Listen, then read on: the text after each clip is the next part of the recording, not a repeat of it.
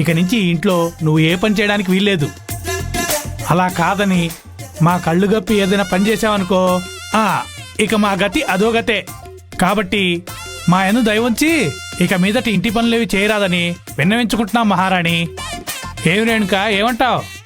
మీరు చెప్పింది నిజమేనంటానన్నయ్య. నేనేం చెప్పినా నా మాట నమ్మకుండా నన్నెందుకు ఇలా హింసిస్తున్నారు? అమ్మా చెల్లెమ్మా, నా మాట వినమ్మా, కోపడకమ్మా. ఏంటి ఎప్పుడు లేంది ఇంత కోపంగా వెళ్ళిపోతుంది?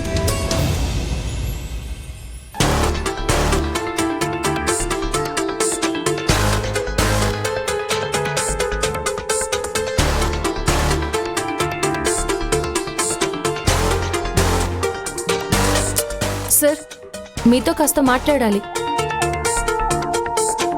సార్, మిమ్మల్ని మీతోనే మాట్లాడాలి సార్.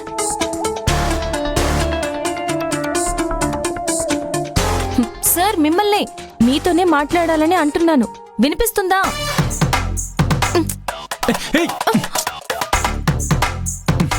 ఏంటి నిలవేణి, ఏం చేస్తున్నావు?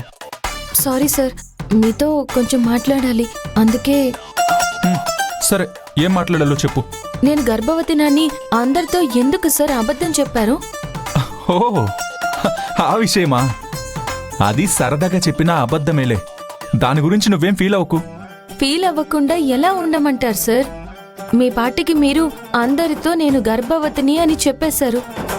మీ మాటలు విన్నా మీ వాళ్ళు నా దగ్గరకు వచ్చి నాతో వెటకారంగా మాట్లాడుతున్నారు. అయినా వాళ్ళ మాటల్ని వింటుంటే నాకు చాలా ఇబ్బందిగా ఉంది సార్. ఇందులో ఇబ్బంది పడ్డానికి ఏముంది నిలవేణి? అయినా నువ్వెందుకు అంతలా బాధపడిపోతున్నావు? ఎవరో ఒక అమాయకురాల్ని, అబన్ శుభం తెలియని ఆడపిల్లని ఇలా గర్భవతి అని అందరికీ అబద్ధం చెప్తే ఆ అమ్మాయి బాధపడకుండా ఎలా ఉంటుంది చెప్పండి? నువ్వేమి ఎవరో ఒక అమ్మాయివి కాదు కదా, నా భార్యవే కదా. ఏంటి అంటే నువ్వు నా భార్య లాంటి దానివే కదా. అయినా అందరూ అలానే అనుకుంటున్నారు కదా.